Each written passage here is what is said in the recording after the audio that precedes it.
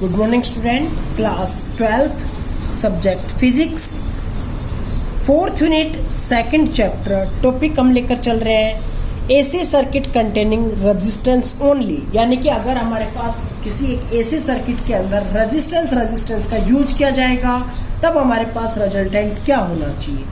हमने एक सोर्स माना है जिसको हमने अल्टरनेटिंग ईएमएफ के साथ कनेक्टेड किया गया है। वो जो सोर्स है वो हमारे पास है प्योर रजिस्टर और उसका रेजिस्टेंस है capital R. Suppose the alternating EMF supplied is represented by E that is equals to E note sine omega T. मान लेते हैं उस सर्किट के अंदर से जो करंट फ्लो हो रहा है वो हमारे पास है आई किसी एक इंस्टेंट टी के ऊपर।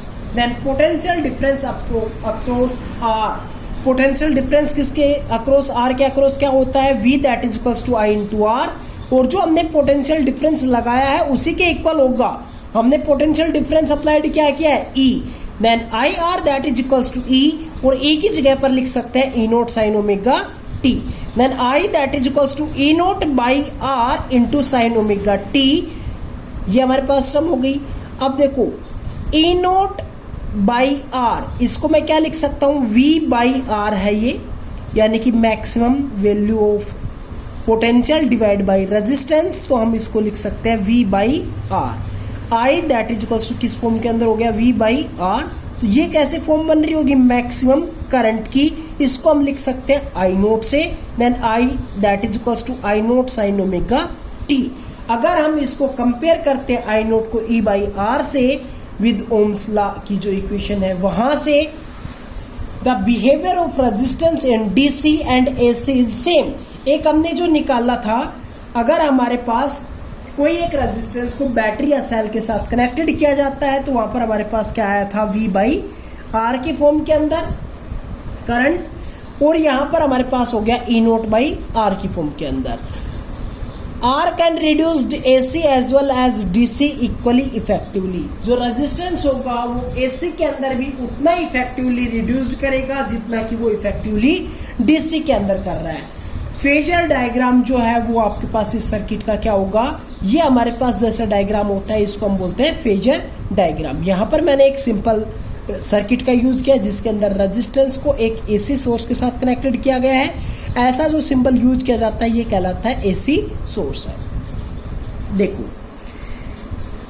अब हमारे पास जब हमने पीछे कंपैरिजन किया आई का और ई का, तो आई हमारे पास आ गया आई नोट साइन ओमेगा टी, जो कि हम ई भी लेकर चल रहे थे, तो वैसा ही फंक्शन है, सेम फंक्शन है। साइन ओमेगा टी यहाँ पर है, साइन ओमेगा टी यहाँ पर है, तो इसका मतलब क्या होगा कि इसके अंदर आई नोट की और ई नोट की डायरेक्शन क्या होगी, सेम होगी, जो कि हॉरिजॉन्टल के साथ ओमेगा टी एंगल बना के चल रहा होगा।